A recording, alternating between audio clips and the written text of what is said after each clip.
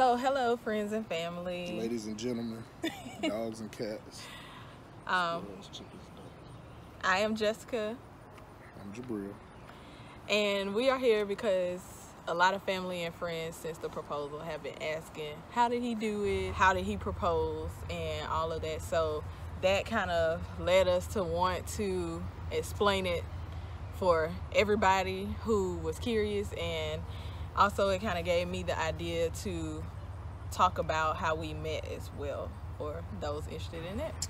So we were on a cruise and she was gambling and I saw her gambling. I said, man, that girl looked like she got a gambling problem. Maybe I can talk her out of it. Oh my God. I was playing Russian roulette. Right, that's what she was playing. So I walked past her, came back, and she was no longer gambling. So I guess she has like lost all her money. So that was my time to kind of like get in there to like make sure she was okay. So she was sitting there taking selfies because that's all she do all day, just take selfies.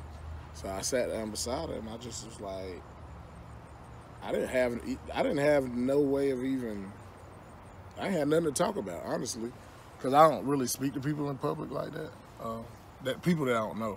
So I sat there beside her and I was like, hey, can you teach me how to play the game? And so she gave me this stern look and was like, I mean, it's not that hard. And I'm like, it's besides the point, can you teach me how to play the game? That's my sarcasm. Right. So I'm like, all right. So she started explaining how to play the game. I had no intentions on playing it or learning how to play. I just wanted to talk to her. And then I played it light. I played it cool. And then sometime after that, I walked off and she could tell you the next situation. The next time he saw me, I was at the bar. Mind you, I was on this cruise with my mom mainly, but I was with my mom and cousins, and I was hanging out with my cousin Karan a lot, and he liked to sleep. So I think he was taking a nap during that time. So I was sitting at the bar by myself, like just having a little drink, and then I see this guy walking like upstairs headed to a restaurant. So I was like thinking to myself, like, I feel like he gonna come down here and say something else to me. Granted, he was looking nice. I'll give him his props. He was looking nice. But and I was down there just taking selfies, minding my business, and here he comes again. So I approached her. While she was sitting there taking selfies, and I was like, well, first of all, I sat up there perched like you ever seen a bird looking at prey? Creepy. Like on the Discovery Channel or something, like National Geographic. So I was looking to see if she was there like with a guy. I didn't know really what her situation was. And typically when people go on cruises, they either with a group of friends or a guy, or in her case, family. And so I didn't see none of those. So here again I go. And I go down there, I speak to her.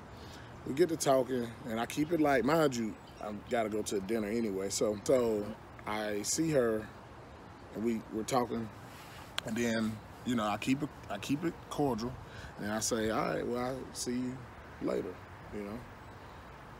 So that was the second time I saw her. After the second time he saw me, the next day we were docking. Is that what they call it? Like docking the boat, so porting,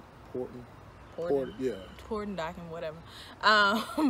So that we could go explore Cozumel, because that was our destination.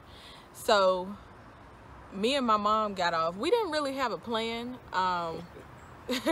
and for some odd reason we didn't bring cash on this trip at all. I don't know what we were thinking, but anyways, we didn't have a plan. We had not talked to my cousins really, and if you've ever been on a cruise, you know, you don't have cellular service or anything like that. So it's not really a way you could get in contact with people. You just got to know like what their room is, and so you just pop up, and or you know, you see them in passing. So unless you buy some kind of plan, which I know is available now, but we didn't have all that.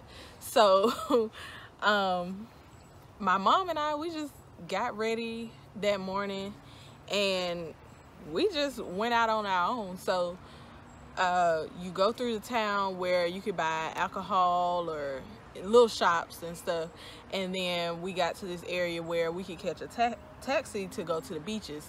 So we didn't have any set beach in mind, just no plan at all, just winging the whole thing.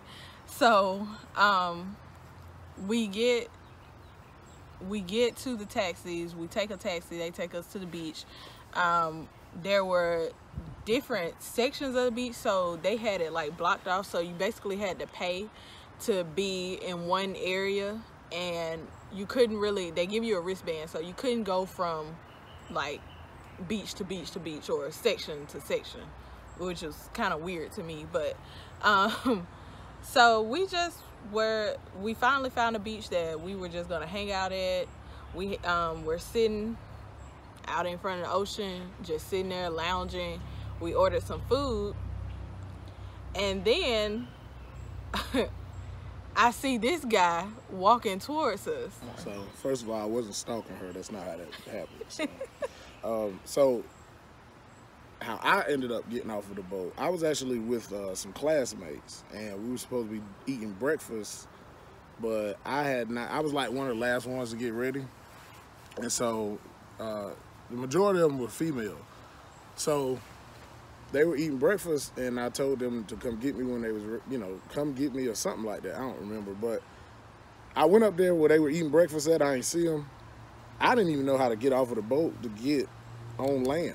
So I'm kind of by myself. It's a group of girls. I'm like pretty much the only male, but I wasn't tripping. I was just like, well, they'll be okay. They'll be with each other or whatever. But they did tell me that they were going to a beach.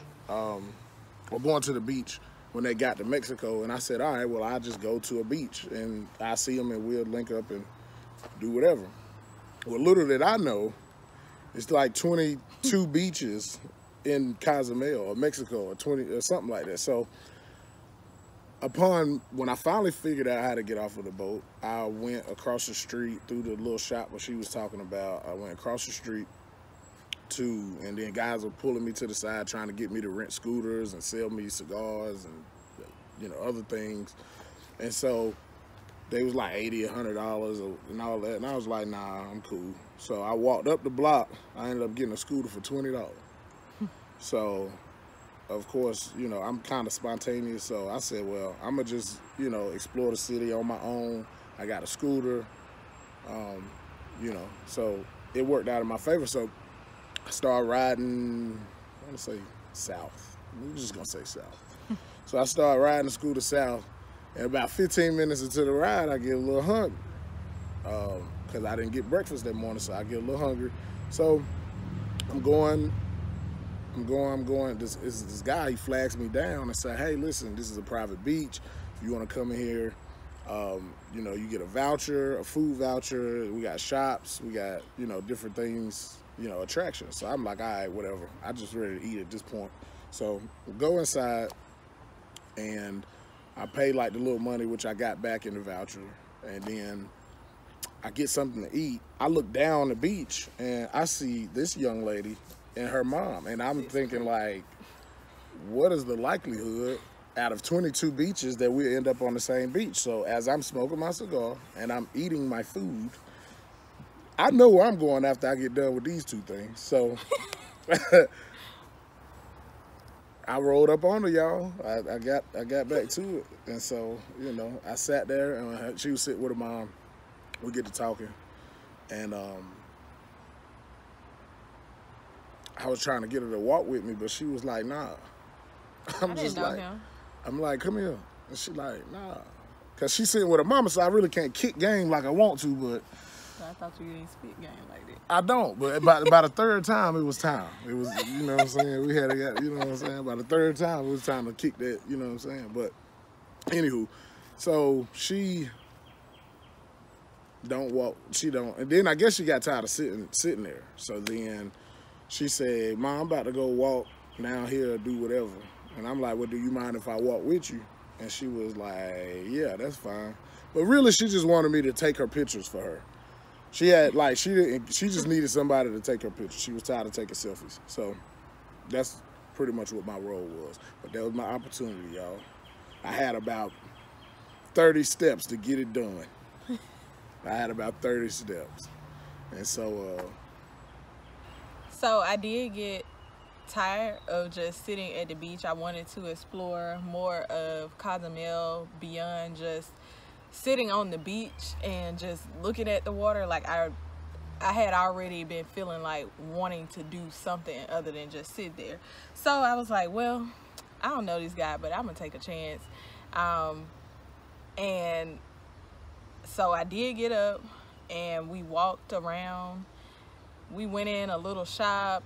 He said we sat in some hammocks, which I forgot about until like a week ago when he mentioned that part. And we were just talking. I don't even remember about what, probably anything. But and then I did get him to take a few pictures for me. a few. It was only a few. Well, after the photo shoot, and the conversation was, you know, pretty cool. And I was like, well, yo, I got a scooter. You wanna go ride out and go see, you know, what Cozumel looked like? And she was just like, sure. First she looked at me and said, you ain't gonna kill me, is you? And throw me in the ocean. That's what she kept saying. You ain't gonna kill me and like, throw me in the ocean. And feed me to the shark. Right, like, well, I am the shark. Oh, okay. So, yeah, so she was like, she took a chance, honestly. It was like, all right, cool.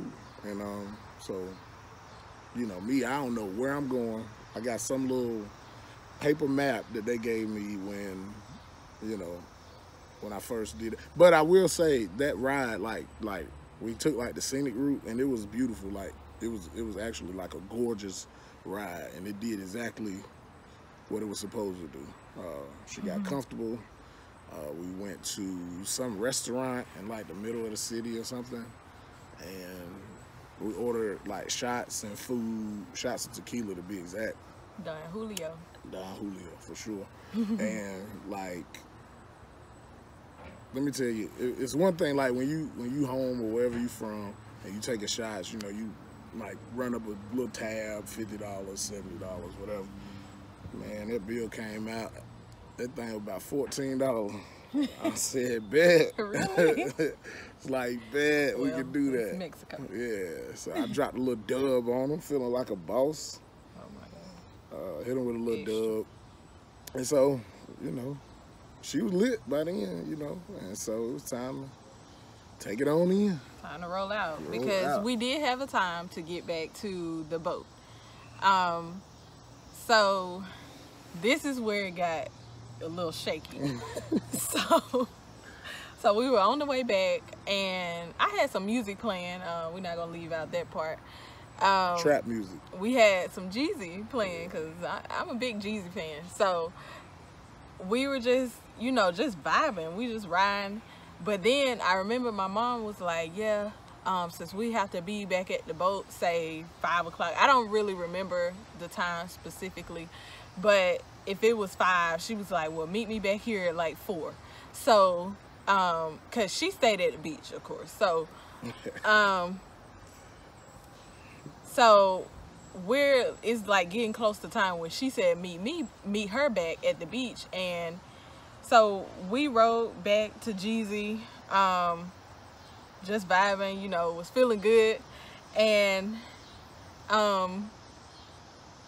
he drops me back off at the beach, and you had to walk through this little area. It's kind of hard to explain before you actually see the beach and where we were sitting. So I get to the part where we were sitting on the beach, and my mom is gone. So I'm like, oh Lord, like I don't have any cash to take the taxi back, and he had to go turn in the scooter. So later on I find out that he came back looking for me to make sure that I was able to get back, but we missed each other somehow. So I'm just almost panicking at that point, because my mom is gone. I'm kind of worried about her, but I'm also worried about myself, like getting back. So I just had to wing it at that point. I knew I didn't have any cash, so basically I had to finesse the taxi driver. I was like, ran off on the plug. I was like, hey, I need to get back to the little area where you first got to the taxis to come to the beach. So anyways, I got in a taxi and I was like, hey, take me back to, you know, the area where the shops. And they did. And so I got out the car and I was like, hold on, let me go to this ATM. Well, the ATM, I knew it wasn't going to give me money because it didn't when we first got there. And so that whole thing, I just was like, all right, I'm sorry, like, I got to go. So I just hightailed it back through, like, the area where the shops was, all the way back to the boat. Like, I just ran. I just took off because it was getting closer and closer to time, and I didn't want to be one of those people, because the boat will leave you. I've heard of it leaving people. So, I get back to the boat, and I wasn't even one of the, well, I was like in a group of the last people, but when I got there, I felt relief because I figured my mom had made it since she had left me from the beach. So I get there and I see, you know, other people coming in behind me still. So I'm like, okay, I'm good. I'm back on the boat. And I get to the room and my mom is crying, and I'm like, what you crying for? Like, so she like, well, I didn't know if you was gonna make it, and I figured it was better for one of us to make it back than both of us to be stuck in Mexico. I was like, wow. So anyways, so you can tell them what you was thinking. So after, matter of fact, after I dropped her off at the beach where we met, so I'm going back to return the scooter, and I'm talking about it starts pouring down raining, like, and I'm on the scooter, so the rain is like stinging my face and my arms, and I'm getting soaking wet, and so I finally get to the little scooter spot. I turn the scooter in, I jump on the boat, I go to my room. Now where my room was, it had a window, and it was at the back of the ship. And you could see people, you could see like the shop that she's talking about, where you have to go in and enter the city, or you know, exit the city and then get on the little platform where you get on a boat. You can see people coming in and out of that door. So I'm sitting in the window just seeing like, dang, well, you know, would I catch her or not? And so I sat there for a good, I don't know, about 20, 30 minutes, I would say. And I never saw her come through the door, and I just, you know, after the boat, they cranked the boat up, the propeller's spinning, and I'm thinking, well, dang, maybe she got left. It's like, maybe she ain't make it, you know what I'm saying? And then, But how did you feel? I felt bad. I felt partially responsible. You know what I'm saying? I felt partially responsible, but, and then later on that night, guess who I run into again? It's me. Yeah. So I ran into her again, and I was like, yo, and then she was looking at me like, hey, and I'm like, yo, I thought you got left. And then that's what she explained to me, that she stole a cab ride, basically. Oh my gosh. Yeah. We're not gonna call it that. That's what you did. We're gonna call it what it is. So we hung out that night, and then we did hang out the last night, and I think that's what like solidified the connection. In a sense, we hung out like all night until... No, we listened to music that night. That night when we got back on the boat from Cozumel, we listened to music all night? It was one of them nights. I think that was... It had to be that night, yeah. It did. It had to be that night. No. Because the next night... the next night. Because I had bought that bottle in the club. Oh. And we remember we took it. I think we could have we took it. And then we was drinking it and listening to music. So that was the night after that. So yeah. So we didn't hang out that night after Cozumel? Because I saw you at the thing, but we didn't hang out like for real. Oh, not you was really. talking to that other girl. I was. That was I definitely was. Okay, so the night we got back on it. How you going? She was jealous. She was jealous hang with me in Mexico? You didn't give me your number, but you was jealous. How you you gonna hang with me in Mexico? All these times you done saw me trying to talk to me, and then you hung with that girl that night after you almost left me in Mexico. No, I didn't hang with her. I didn't hang. No, I did hang. Y'all did hang together. Y'all was all hanging out in the club. Well, she was, you know. She was what? She was hanging with everybody. Yeah. So were you, I guess. Anyway, so that night passed because that almost was it for you. Trying to be in her feelings. Because I saw him. It was only one little club that everybody went to every night. Like, if you wanted to do something that night, pretty much the only thing you could do for sure every night was go to that little club. So the night, I guess, of when we got back from Cozumel, that's when he was hanging with the other girl. And then, so when I saw that, I was like, all right, he's just for everybody. So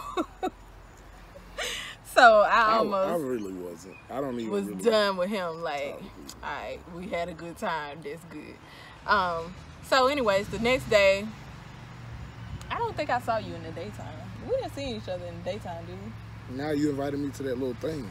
Oh yeah. So my cousins, for their family reunion, they had organized like a little cocktail hour, and I had invited Jabril and my cousins, two of my cousins and I that were hanging out the whole time. We had also met this other guy that we kind of got cool with, he and his friend, and so we invited them too. So we got like 3 extra people in there, and that didn't belong. So yeah, at the cocktail hour, we was just kicking it, talking, having a couple drinks, obviously, and then we saw each other later. None of this stuff was playing though. Like, that's what's so beautiful about it. None of it was playing, other than me inviting him to the cocktail hour. Why, I don't know at that point, but she was feeling me. So that night she was on it, y'all. The last night, she was on it. We went to the club again, and Jabril was there. He probably only went because he knew he was trying to see me. By this time, I probably would. And what time that club closed? Like 2? Something like that. So really, it's nothing left to do after that, but we hung out like all night. I don't think we went back to our room. The sun was coming up. 5 a.m. Yeah, something like that. And we just enjoyed each other's company, man. It was really like a good vibe. Like, you know what I'm saying? It was a really, really good vibe. So we were on that Drake. I can't remember what was the most album was out at current the time. album. Yeah.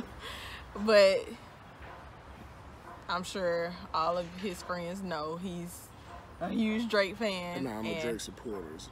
Fan. And I love Drake as well. So, you know, we was vibing on the music thing. That's the night he did get that bottle of wine from the club. And we just kicked it like until 5 in the morning. A couple dollars, you know, nothing major. Just a couple dollars. So, yeah, so it was a little bottle of Moscato, something I'm familiar with, Costello. And so we was drinking it and just listening to music and doing, I guess, what it was the perfect situation for me, man. I mean, you know, with the perfect person, and we just got to know each other more. So I walked into her room.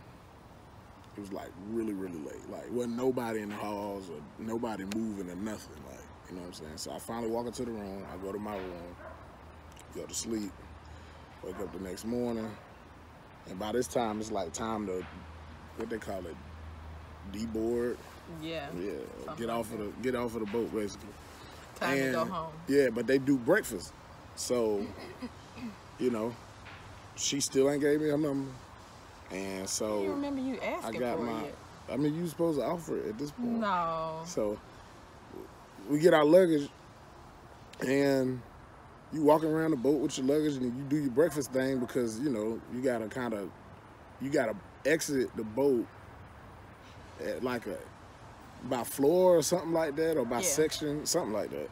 And I'm going to breakfast. Who do I run into again?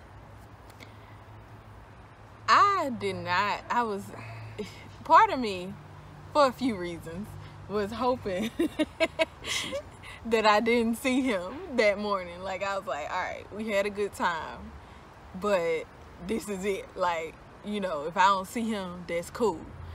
We didn't exchange information prior to then, so it's like, if I don't see him, I'll probably never see him again, like, because we didn't have each other's social media handles or anything like that. Right. Obviously didn't have the number yet, didn't have an email, nothing. So, But I guess it was fate. But this guy will have it.